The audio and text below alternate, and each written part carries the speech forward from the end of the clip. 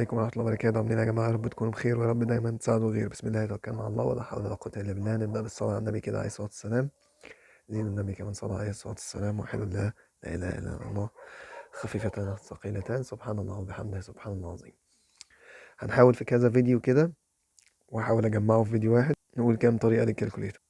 أول حاجة لو إحنا بنتكلم على الستاندرد ديفيجن والفاريانس بس من أرقام نفرق، يعني لو جاي لك أرقام كده مش في جدول. طيب باختلاف الكالكوليترات بس اغلبنا شبه بعض في البداية، يعني ما عدا الكالكوليتر الجديد قوي اللي هو الاي ار اكس، يعني ده بيبقى مختلف شوية. بس انت دلوقتي هتدوس مود عادي. بعد مود هيطلع لك تختار ستات، بعدها هتختار 1 ماينس فار اللي هي رقم واحد. بعد كده تدخل ارقام، بتدخلها ازاي؟ تكتب 40 ايكوال 3 ايكوال 3 ايكوال 4 ايكوال 4 ايكوال 6 ايكوال. دخلتهم تدوس اون شيفت 1. شيفت 1 بيروح مطلع لك الاختيارات هنا. لو احنا عايزين الستاندرد ديفيجن والفاريانس بنروح لمين؟ لفار. ففار 5. هنا بقى هتختلف على حسب الكالكوليتر. الكالكوليتر اللي هي القديمة شوية بتبقى مكتوبة هنا ايه؟ اللي هي اكس العلامة، الاتنين نفس العلامة، اللي هي العلامة دي المفروض احنا عارفينها ان هي بتاعت البوبيليشن. لكن لا، الكالكوليترات القديمة بالنسبة لها ان اللي على الشمال دي اسمها ايه؟ اللي هي دي كده بتاعت الفاريانس. تمام، او مش فاريانس سوري، قصدي دي الستاندرد ديفيجن بس بتاعت البوبيليشن، ودي الستاندرد ديفيجن بس بتاعت السامبل. تمام، ان ماينس 1 دي. فلو احنا عايزين الستاندرد ديفيجن بتاعت السامبل عادي هنروح ندوس 4. تمام، وندوس ايكوال تطلع معانا 14.7. يبقى انت كده جبت السامبل بتاعت العينه، لو انت عارف انك شغال في عينه مش في بوبيليشن. طب عايز اجيب الفاريانس اللي انت جبته، تروح جاي اعمل له بس باور 2 عادي جدا. بس هيطلع لك مثلا 217.2. يبقى ده الفاريانس، هو ده الفاريانس بتاع العينة. امال امتى بستخدم المنظر التاني ده؟ يعني احنا لو رجعنا دوسنا اون شيفت 1 وفار، امال امتى بختار رقم 3 ده؟ تختار رقم 3 لو انت عارف انك شغال في بوبيوليشن. لو انت عارف انك شغال في بوبيوليشن. طيب في حاجة بالمرة ملاحظ انك ممكن تجيبها، هي ملهاش لازمة قوي يعني في الارقام، بس يعني هي قدامك اللي هي ايه؟ المين. لو عايز تجيب المين اللي هي رقم 2 دي، المين تساوي، يبقى المين بتاعهم ب10 اللي هو مجموعهم على عددهم يعني.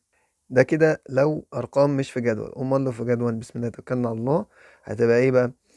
لو في جدول هتبقى عندك مشكله، هي مديلك كلاس ولا مديني اكس؟ لو مديني كلاس يبقى انا محتاج اجيب له الاكس اللي هو ايه؟ انك تجيب الميد بوينت بتاعهم. الميد بوينت بتاعهم يعني اللي هو ايه؟ ما بين 100 و120، اللي هو 110. يا بتجيبه بفهلوه يا بتجمع 100 زائد 120 على 2. بس فانت بتجيب الاكس عادي 150 170. معلش بقى عشان انا ايه بصور فمش متعود على التصوير بالايد كده. تمام.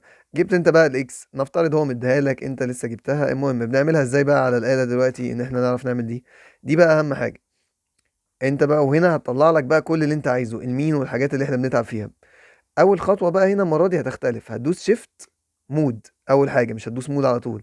تروح تختار ستات، ايه ده مش موجودة، يبقى تنزل هتلاقي كلمة ستات اللي هي رقم 4. هتختار اون. شكرا. روح اعمل بقى نفس الخطوات اللي كنا بنعملها، مود وبعد كده ستات وبعد كده 1 ماينس فار. تمام. تدخل بقى الاكسات، هتروح مدخل انت الاكسات ايه؟ الغلطه بتروح عامل ايه؟ بتروح مدخل ده.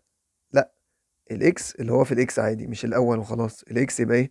يبقى 110 تساوي 130 تساوي 150 تساوي 170 تساوي 190 تساوي. تحود الغلطه اللي الناس بتعملها بعد ما تحود بيكتبوا، لا تحود تروح طالع فوق اول واحده تكتب جنبها الاف اللي هم ايه؟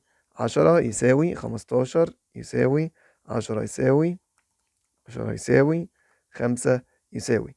تمسح اون شيفت 1 سوري شيفت 1. تمام. من هنا هتختلف انت عايز تجيب ايه، بس خلينا في الفار دلوقتي. عايز اجيب فار. تمام. الفار ده بيجيب لك ايه بقى يا معلم؟ يجيب لك بقى الثلاث حاجات المهمين دلوقتي. ده كده بقى مهمين جدا، لان الموضوع ده يعني مثلا المين دلوقتي اللي احنا كنا بنتكلم عليه عادي، لا ده حوار دلوقتي. لان المين لما تدوس يساوي هيطلع معاك المين بكام؟ ب 144. المين ال 144 ده اللي هو بيبقى ايه في الجدول؟ اللي هو مجموع اكس اف على مجموع اف. فاحنا برضو بنحتاج ليلة بقى نجيب اكس اف وكده. طيب ما علينا. عايز اجيب الفاريانس شيفت 1 فار، وتختار عادي لو في السامبل زي ما قلنا 4. كده انت جبت مين؟ الستاندرد ديفيجن 25.634. اما لو عملت له باور 2 يبقى انا جبت مين؟ الفاريانس. يبقى انا لو عايز اجيب الفاريانس هيبقى عبارة عن ايه؟ 657.142. كده دي طريقة الستاندرد ديفيجن والفاريانس والمين لو في جدول.